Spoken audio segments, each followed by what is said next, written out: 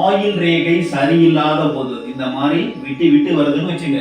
இந்த ஆயில் ரேகையில சரியில்லாத ஆயில் ரேகை இருக்கும் பொழுது எந்த ரேகை இருந்தால் உடல்நலம் நன்றாக இருக்கும், வாழ்வில் சிறக்க முடியும் அப்படின்னா புதன் ரேகை ஆயில் ரேகையில சம்பந்தப்படாம இப்படி புதன் ரேகை இப்படி இருக்குதுன்னு வச்சுங்க. அந்த ஆயில் ரேகையை தொடக்கூடாது. இந்த மாதிரி இருந்துச்சுன்னா திக்கா நல்லா சூப்பரா இருந்துச்சுன்னா அந்த ஆயில் ரேகைக்கு இது ஈடுகட்டக்கூடிய ஒரு ரேகை தான் புதன் ரேகை, ஆரோக்கிய ரேகை.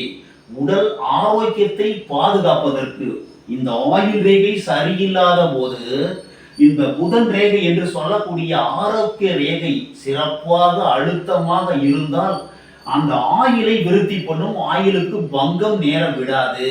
இந்த மாதிரி கையை பாருங்க. உங்க ஆயில் ரேகையில சரியில்லாத போது ஆரோக்கிய ரேகை இருந்ததுன்னா, புதன் ரேகை இருந்ததுன்னா வாழ்வில் உடல் நலத்தோடு இருப்பீர்கள் அப்படிங்கிறத நம்ம தெரிஞ்சு